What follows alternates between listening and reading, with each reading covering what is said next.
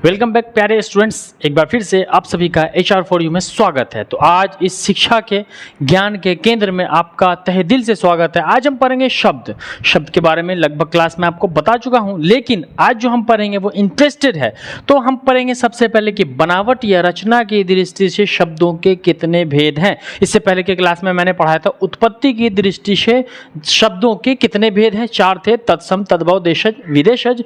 आज हम पढ़ेंगे बनावट या रचना की दृष्टि से। कौन कौन? बनावट या रचना की दृष्टि से शब्दों के 3 भेद हैं। कितने भेद हैं?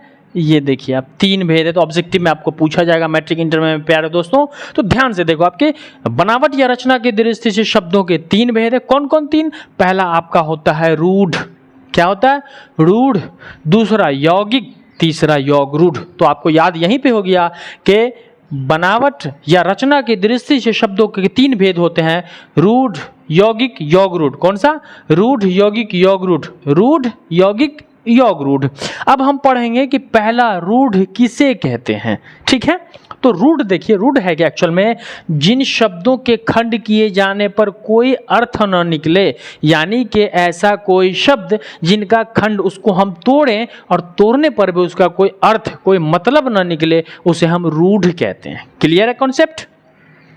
जिन शब्दों का खंड करने पर कोई अर्थ न निकले उसे हम क्या बोलते हैं? रूढ़ कहते हैं। जैसे में हम ले लेते हैं नाक। पहला क्या है? नौ आकर ना, को नाक। तो आप देखो, ना जोर को, इसका कोई ना का को का कोई मतलब नहीं होता है। जब हम इसको खंड किए तो इसका कोई मतलब निकला नहीं निकला। तो जब इसका कोई मतलब नहीं निकला तो आपको पता चल गया कि ये रूढ़ हो गया। और इस टाइप का शब्द जो होगा वो लगभग 2 ही अक्षर का होगा। अगला क्या रहा है आपका? पाक। पाक में क्या हो जाता है? पौ में आ की मात्रा क, पाक। तो देखिए यहां देखिए आप, पा जोर क, पाक हो गया। इसका भी कोई अर्थ ना निकलता है, पा का कोई अर्थ ना, क का कोई अर्थ नहीं। तीसरा आपका हो जाता है याद। याद मतलब या में प्लस क, सॉरी या जोर दो। तो या का भी कोई अर्थ ना होता है और दो का भी। तो इसका खंड करने पर कोई अर्थ नहीं निकला, तो आप समझ गए कि ये आपका रूढ़ हो गया। दूसरा हो जाता है आपका यौगिक।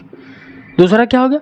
यौगिक। देखिए, ऐसे शब्द जो दूसरे शब्दों के मेल से बने हो, याद रखना, जो दूसरे शब्दों के मेल से बना हो और जिनके सभी खंड सार्थक हो। देखिए शब्द क्या कहता है बच्चों, कि शब्द का मतलब होता है कि जिनका कोई सार्थक खंड निकले, जिसका कोई अर्थ होता है, उसे ही हम शब्द कहते हैं। जैसे कलम, कलम, तो कलम एक चीज है, वस्तु है। अब मौ कलम कल, इसका कोई अर्थ नहीं, तो शब्द हमेशा सार्थिक।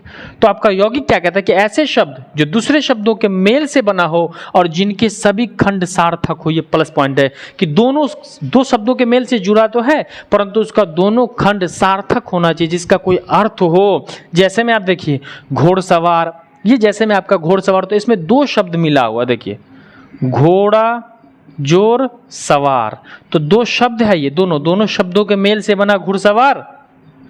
घोड़ा का भी अर्थ होता है सवार, सवार करने वाला, मैं आप। दूसरा हो गया विधा सागर। तो इसका देख लीजिए आप, विधा जोर सागर, तो इसका भी अर्थ है, विधा का अर्थ होता है विधा, और सागर का अर्थ बड़ा विशाल नदी का तट जो होता है सागर होता है, तो इसका भी कोई अर्थ है। तीसरा हमने कहा विधालय। विधालय का क्या होता है? विधा जोर आलय। विधा यानी शिक्षा, आलय यानी स्थान जहाँ शिक्षा दिया जाता है, उसे हम शिक्षा स्थान को विद्या आलय कहते हैं। तो ये आपका योग रूढ़ हो गया। तो योग रूढ़ आपने देखा कि ऐसे शब्द जो दूसरे शब्दों के मेल से बना है, दोनों का जो है वो सार्थक शब्द है दोनों का, तो ये आपका हो गया योग रूढ़। आइए तीसरा समझते हैं हम, योग रूढ़। ये यौगिक खत्म, तीसरा समझते हैं दोस्तों योग रूढ़। ये देखिए, ये तो और सरल है, बस आप वीडियो को पूरा देखो और ध्यानपूर्वक देखो। देखो ऐसे यौगिक शब्द, कौन शब्द? ऐसे यौगिक शब्द जो साधारण अर्थ छोड़कर विशेष अर्थ ग्रहण करता हो, यानी यौगिक का ऐसा शब्द जो अपना साधारण अर्थ छोड़ देता हो और वो विशेष अर्थ को ग्रहण करता हो, उसे हम क्या कहते हैं? योग रूढ़ कहते हैं। Clear concept? योग रूढ़ क्या है? ये यौगिक से बना है। यौगिक का ऐसा शब्द जो साधारण अर्थ छोड़ करके विशेष अर्थ ग्रहण करता हो, उसे हम कहते हैं योग रूढ़। अब हम समझेंगे कि साधारण क्या होता है और विशेष क्या होता है। तो आइए देखते हैं। जैसे हमने कहा पंकज, पंकज हो गया विशेष अर्थ। कमल, कमल का फूल तो आप जानते हो, ये साधारण चीज है, हर कोई जानता है, तो ये आपका हो गया साधारण। ध्यानपूर्वक देखो बच्चों, पूछता है इसलिए मैं परेशान होकर गर्मी में पढ़ा रहा हूं आपको। कमल साधारण, विशेष, तो विशेष आपका हो गया योग रूढ़ हो गया, क्योंकि ये विशेष अर्थ है। दूसरा है लंबोदर, लंबोदर गणेश भगवान को कहते हैं। तो गणेश देखिए कितना सरल है, इजी है, तो गणेश जी जो हो गया वो इजी हो गया, क्या हो गया, ये साधारण शब्द हो गया, और लंबोदर जो हो गया वो विशेष हो गया ये आपका। तो विशेष अर्थ ग्रहण किया तो क्या हो गया ये आपका योग रूढ़ हो गया। तीसरा कह रहा है चक्रपाणी, चक्रपाणी जो होता है वो विष्णु भगवान को हम कहते हैं। कौन?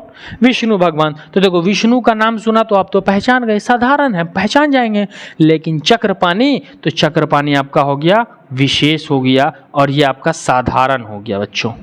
बस यही था आपका बनावट या रचना की दृष्टि से शब्दों का भेद। तो हमें उम्मीद है कि आप रूढ़, यौगिक, योग रूढ़ तीनों समझ गए होंगे। तीनों को बस इसमें का एग्जाम्पल आप नोट कर लेना दोस्त। एग्जाम्पल, जो भी एग्जाम्पल मैंने लिखा एग्जैक्ट आपके एग्जाम में यही पूछेगा, तो आप इसको नोट कर लोगे, पूरा का पूरा आपका कॉन्सेप्ट क्लियर हो जाएगा। और यदि इसके अलावा भी आपको किसी चीज़ में प्रॉब्लम रह गया है तो कमेंट सेक्शन में पूछो आप, मैं बताने के लिए तैयार हूं। यदि आप चैनल पर नए हो तो चैनल को सब्सक्राइब कर लो और बेल आइकन दबा लो, ताकि हर दिन का वीडियो आपको समय अनुसार मिलता रहेगा। मिलते हैं हम अगले क्लास में, तब तक के लिए जय हिंद, वंदे मातरम।